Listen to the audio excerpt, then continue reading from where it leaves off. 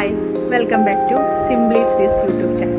ഇന്ന് നമ്മൾ കേസരി ഒരു പലഹാരം ഉണ്ടാക്കുന്ന വീഡിയോ ആണ് കേട്ടോ. കേസരി, റവ കേസരി എന്നൊക്കെ കേട്ടിട്ടില്ലേ? പലഹാരം ഉണ്ടാക്കുന്ന വീഡിയോ മാത്രമല്ല, അതിനെക്കുറിച്ച് കുറച്ച് രസകരമായിട്ടുള്ള കാര്യങ്ങളും കൂടി പറയാനുണ്ട്. അപ്പം നമ്മൾ ഇതെൻ്റെ അമ്മയുടെ റെസിപ്പിയാണ് കേട്ടോ. എൻ്റെ ചെറുപ്പം തൊട്ടേ എനിക്ക് അമ്മ ഉണ്ടാക്കി തരാറുള്ള റെസിപ്പിയാണ് ഈ കേസരിയുടെ. വളരെ സിമ്പിളായിട്ടുള്ളതാണ്. വളരെ കുറച്ച് ഇൻഗ്രീഡിയൻസ് വേണ്ടോ. കുറച്ച് റവ, അണ്ടിപ്പരിപ്പ്, പഞ്ചസാര, അതുപോലെ ഏലക്കായ, നെയ്യ്, പിന്നെ ഫുഡ് കളറ്, അങ്ങനെ കുറച്ച് ഐറ്റംസ് കേട്ടോ. അതിൻ്റെ അളവ് ഇപ്പോൾ ഒന്ന് കാണിച്ചു തന്നു. റവ അതൊരു 2 ഗ്ലാസ് റവ എടുത്തു. പിന്നെ നമ്മൾ അതൊരു പാത്രത്തിലേക്ക് മാറ്റി വെച്ചു. പിന്നെ നമ്മൾ എടുക്കുന്നത് പഞ്ചസാരയാണ്. പഞ്ചസാര നല്ല മധുരം ഇഷ്ടമുള്ളവരാണെന്നുണ്ടെങ്കിൽ 2 ഗ്ലാസ് റവയ്ക്ക് 2 ഗ്ലാസ് പഞ്ചസാര തന്നെ നമുക്ക് എടുക്കാം.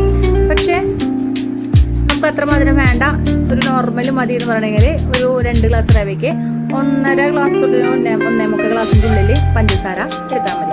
പിന്നെ നമ്മൾ ഏലക്കായ ഒന്ന് മിക്സിയിലിട്ടിട്ട്, ഒരു 5 ഏലക്കായ എടുത്തിട്ട് മിക്സിയിലിട്ട് കുറച്ച് പഞ്ചസാരയും ചേർത്തിട്ടൊന്ന് അടിച്ച് പൊടിയാക്കി എടുക്കാം. അപ്പോൾ നല്ലതാണ്. നമുക്കൊന്നും കൂടി എന്താ പറയുക, ഏലക്കായ മണി തരിയൊന്നും ഇടയ്ക്ക് കടിക്കില്ല. നല്ല പൊടിയായിട്ട് ആ മിക്സിയിൽ അങ്ങോട്ട് അതിലാണ്ട് എല്ലാം ചേർന്നോളും, നല്ല മണവും ഒക്കെ കിട്ടും. അപ്പോൾ ഇതാ നമ്മൾ ഏലക്കായ പൊടി റെഡിയാക്കി വെച്ചു, പഞ്ചസാര മാറ്റി വെച്ചു, റവ മാറ്റി വെച്ചു. ഇനി വേണ്ടത് നമുക്ക് അണ്ടിപ്പരിപ്പാണ്. അണ്ടിപ്പരിപ്പ് ഇതാ അങ്ങനെ തൊലി കളഞ്ഞ്, അല്ലെങ്കിൽ നമ്മളിങ്ങനെ 2ആയിട്ട് പൊളിച്ചിടില്ലേ, അങ്ങനെ ഇതാ അതൊക്കെ പൊളിച്ച് ഒരു പാത്രത്തിലേക്ക് മാറ്റി ഇടാണ്. അപ്പം ഇങ്ങനത്തെ കാര്യങ്ങളൊക്കെ, ഇങ്ങനത്തെയുള്ള കുഞ്ഞു കുഞ്ഞു കാര്യങ്ങളൊക്കെ നമ്മൾ നേരത്തെ തന്നെ ചെയ്തൊക്കെ സെറ്റ് ആയതിന് ശേഷം പാചകം ചെയ്യുകയാണെങ്കിൽ നമുക്കൊരു ബുദ്ധിമുട്ടൊന്നും ഇല്ലാണ്ട് പെട്ടെന്ന് ഉണ്ടാക്കിയെടുക്കാനായിട്ട് പറ്റും. ഇനി നമ്മളിതാ അടുത്ത സെക്ഷനിലേക്ക് കടക്കുകയാണ്. നമ്മൾ സ്റ്റവ് ഓൺ ചെയ്ത് ഒരു പാൻ വെച്ചിട്ട് റവ വറുത്തെടുക്കാനാണ് കേട്ടോ. നമ്മൾ മേടിക്കുന്നത് വറുത്ത റവയാണെങ്കിലും വീട്ടിൽ വന്നു കഴിഞ്ഞാൽ നല്ല പോലെ ഒന്നുകൂടി വറുത്തെടുക്കണം. അന്ന് പായസം വെക്കണേലും പറഞ്ഞില്ലേ, സേമിയ നമ്മൾ വറുത്ത സേമിയ വാങ്ങണമെന്ന് വെച്ചാലും ഒന്നും കൂടി വറുത്തെടുക്കുമ്പോഴാണ് അതിൻ്റെ പ്രത്യേക സ്വാദ് കിട്ടുന്നത്. അപ്പം നമ്മളിതാ ഇതിൽ കേസരിക്ക് നല്ല ഉപ്പുമാവിനായാലും വറുത്ത റവ മേടിച്ചാലും നമ്മൾ വറുത്തിട്ട് ഒന്നും കൂടി വറുത്തിട്ട് തന്നെ ഉണ്ടാക്കുമ്പോഴാണ് ഒന്നും കൂടി രസം. കേസരിക്ക് പ്രത്യേകിച്ചും നമ്മൾ നല്ല പോലെ വറുക്കണം. അപ്പോൾ നല്ല തെരിതെരിയായിട്ട് നമ്മൾ കഴിക്കുമ്പോൾ അതിൻ്റെ വ്യത്യാസം അറിയാൻ പറ്റും. വറുക്കാത്ത റവ വെച്ചുണ്ടാക്കിയ കേസരിയും വറുത്ത റവ വെച്ചുണ്ടാക്കിയ കേസരിയും കഴിക്കുമ്പോൾ നമുക്ക് വ്യത്യാസം അറിയാൻ പറ്റും. അങ്ങനെ നമ്മൾ റവ വറുത്തിട്ട് മാറ്റി വെച്ചു. ഇതൊരു ചൂടുണ്ടാവും, ചൂട് മാറട്ടെ. അപ്പോൾ ആ സമയം കൊണ്ട് നമ്മളിതാ ഈ ഒരു പാനിൽ കുറച്ച് നെയ്യ് ഒഴിച്ച് അതിലേക്ക് അണ്ടിപ്പരിപ്പിട്ട് നമ്മൾ വറുത്തെടുക്കുക. ചിലർ നെയ്യിന് പകരം ഡാൽഡയൊക്കെ ഉപയോഗിക്കട്ടെ. ഒരുപാട് ഡാൽഡ ഉപയോഗിച്ച് ഇങ്ങനെ കുതിർത്ത് ഡാൽഡയിലൊക്കെ ഇങ്ങനെ കുഴച്ചുണ്ടാക്കും. നമ്മൾ വീട്ടിലുണ്ടാക്കുമ്പോൾ അങ്ങനെയൊന്നും വേണ്ടല്ലോ. ഡാൽഡ ആണെങ്കിൽ ഹെൽത്തിന് നന്നല്ല. അപ്പം നമ്മൾ സാധാരണ വീട്ടിൽ നെയ്യാണ് ഉപയോഗിക്കാറ്. കുറച്ചൊക്കെ നെയ്യ് ഉപയോഗിക്കും. എന്ന് വെച്ചിട്ട് ഒരുപാട് നെയ്യ് ആയിട്ടും എടുക്കില്ല. അപ്പം നെയ്യിൽ വറുത്ത ഇതൊക്കെ ഒന്ന് മാറ്റി വയ്ക്കും. നമുക്ക് ഉണക്കമുന്തിരി ഉണ്ടെങ്കിൽ അതും വറുത്തെടുക്കാം കേട്ടോ. എനിക്ക് ഉണക്കമുന്തിരി വലിയ ഇഷ്ടമില്ല, അതുകൊണ്ട് ഞാൻ ആഡ് ചെയ്യാത്തത്. ഉണക്കമുന്തിരി ഇതിൽ ചേർക്കുകയാണെങ്കിലും ഞാൻ പറയുകയാണെങ്കിൽ ഇപ്പോൾ ഈ ഒരു നെയ്യുണ്ടല്ലോ, നെയ്യിലിട്ടിട്ട് വറുക്കുമ്പോണ്ടല്ലോ ബോൾ പോലെ വലുതായി വരുന്നതിന് മുന്നേ ഒന്ന് ചൂടാക്കിയാണ് എടുക്കുക. അതൊന്നും നല്ലത്. ഇല്ലെങ്കിൽ അത് പായസത്തിലായാലും ഇതിലൊക്കെയും അലിഞ്ഞു പോകും.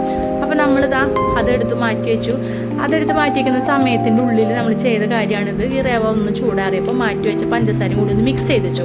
എന്തിനാന്ന് വെച്ചിട്ടുണ്ടെങ്കിൽ എല്ലാ ഭാഗത്തും കറക്റ്റായിരിക്കും. നമ്മൾ ഉണ്ടാക്കിയെടുക്കുമ്പോഴുണ്ടല്ലോ എല്ലാ ഭാഗത്തേക്കും ഒരുപോലെ ഇതെത്തും. അല്ലെങ്കിൽ അവിടെ ഇവിടെ കട്ട പിടിച്ചിട്ടോ അങ്ങനെ അങ്ങനെയൊന്നും കിടക്കില്ല.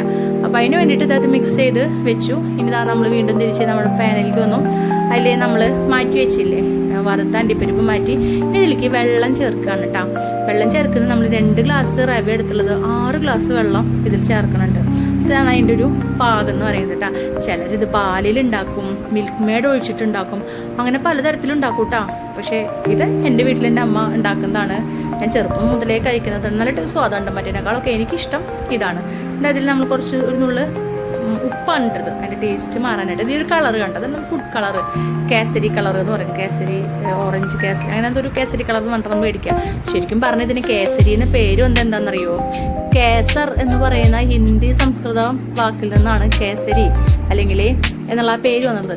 അതിൻ്റെ കേസർ എന്ന് വെച്ചിട്ടുണ്ടെങ്കിൽ കുങ്കുമപ്പൂവിനായിട്ട് പറയുന്നത്. പണ്ട് ഈ മൈസൂർ രാജകൊട്ടാരത്തിലൊക്കെ ഈ ഒരു പലഹാരം ഉണ്ടാക്കുമ്പോൾ കുങ്കുമപ്പൂ ചേർത്തിട്ട് ഉണ്ടാക്കുക. അപ്പോൾ അതിനൊരു കടും ഓറഞ്ച്, മഞ്ഞ നിറം അല്ലെങ്കിൽ ഓറഞ്ച് നിറം വരുന്ന കാരണമാണ്, അങ്ങനെയാണ് ഇതിന് കേസരി എന്നുള്ള പേര് വന്നത്. ഇപ്പം നമ്മളിത് ആ ഫുഡ് കളർ കലക്കിയിട്ടാണ് ഒഴിച്ചത്. കലക്കിയിട്ട് ഒഴിക്കാനും കാരണമുണ്ട്, അല്ലെങ്കിൽ അവിടെ കട്ട പിടിച്ചെടുക്കും. ഇപ്പോൾ നമ്മൾ ഫുഡ് കളർ കലക്കി ഒഴിച്ചപ്പോൾ അത് കറക്റ്റായിട്ട് എല്ലാ ഭാഗത്തേക്കും ഓക്കെയായി. ഇതാ നമ്മൾ 2 മിക്സ് ചെയ്ത് വെച്ചത് ഇതിലേക്ക് ഇട്ടു. നല്ല വെട്ടി തിളയ്ക്കുമ്പോൾ, വെള്ളം നല്ല വെട്ടി തിളയ്ക്കുമ്പോൾ ഇതിലേക്കിട്ട് നല്ല പോലെ ഇളക്കിയെടുക്കാം. ഈ ഒരു കേസരി എന്ന് പറഞ്ഞ പലഹാരം ശരിക്കും ഇതിൻ്റെ ഒറിജിൻ കർണാടക അത്രേ. കേസർബാത്ത് എന്നാണ് അവിടെ ഈ ഒരു പലഹാരത്തിനെ പറയാം. പണ്ട് 2ാം ലോക മഹായുദ്ധ കാലത്ത് നമ്മുടെ നാട്ടിൽ അരിക്കൊക്കെ ഭയങ്കര ക്ഷാമം നേരിട്ട സമയത്ത് റവയായിരുന്നു അത്ര സുലഭമായിട്ട് കിട്ടിയിരുന്നത്. അപ്പോൾ അരി പലഹാരങ്ങളെ ഉണ്ടാക്കുന്നതിന് പകരം റവയൊക്കെ ഉപയോഗിച്ച് ഇത്തരത്തിലുള്ളത് ഉണ്ടാക്കുമ്പോൾ അന്നത് അങ്ങനെയാണത്രേ. ആ ഒരു സമയത്ത് അരിയുടെ പഞ്ഞക്കാല സമയത്താണ് ഈ ഒരു പലഹാരം ഹിറ്റായെന്നും പറയണോ. അതുപോലെ പേർഷ്യയിലെ എന്ന് വന്ന അലുവ അതിനെപ്പോലെ ഉണ്ടാക്കാൻ നോക്കി നമ്മുടെ പാചകക്കാർ ഒരു വികസിപ്പിച്ചെടുത്ത ഒരു പലഹാരമാണ് റവ കേസരി എന്ന് പറയണം കേട്ടോ. ഏതായാലും തമിഴ്നാട്ടിലൊക്കെ ഇതൊരു ഭയങ്കര എന്താ പറയുക, ഏതൊരു സദ്യക്കും വിളമ്പുന്ന ഒഴിച്ചുകൂടാനാവാത്ത നല്ലൊരു പലഹാരമാണ് ഈ കേസരി.